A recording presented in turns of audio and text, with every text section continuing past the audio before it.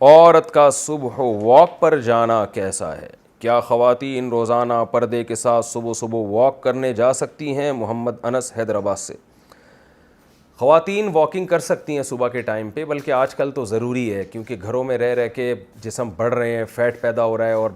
10 قسم کی بیماریاں پیدا ہو رہی ہیں، تو خواتین کو بھی پردے میں واکنگ کرنی چاہیے۔ اور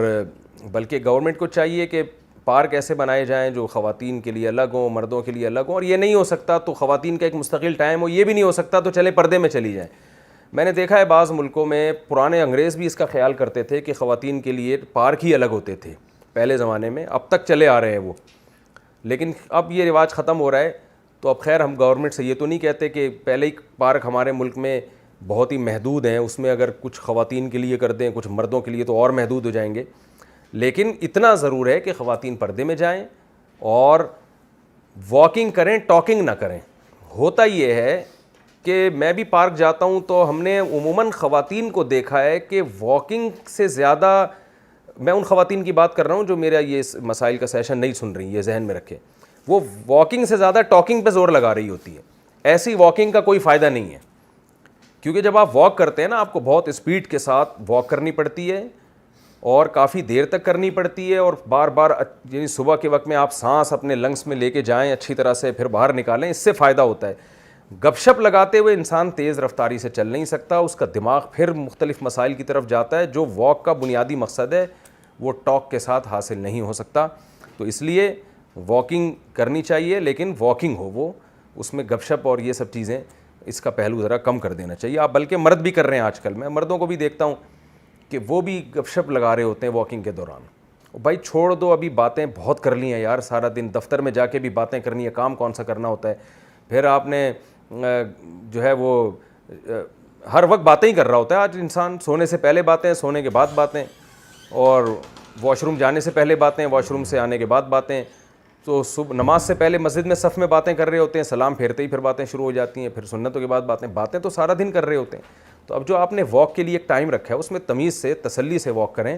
اور مردوں کو بھی چاہیے، نہیں میں مردوں کی بات کر رہا ہوں، وہ بھی باتیں کر رہے ہوتے ہیں، تو اس کا فائدہ ہوتا ہے۔ اور جس طرح سے آج کل پارک میں ایسے چل رہے ہوتے ہیں جیسے کوئی بونانزا کا اشتہار آ رہا ہے، اتنے آرام آرام سے لہراتے ہوئے، تو ایسی واک کا کوئی فائدہ نہیں ہوتا، ٹائم ویسٹنگ ہے۔ نقد اور ادھار پر قیمت میں فرق کرنا، کیا یہ جائز ہے کہ کوئی موٹر سائیکل اس طرح فروخت کر کے کہ اگر نقد پر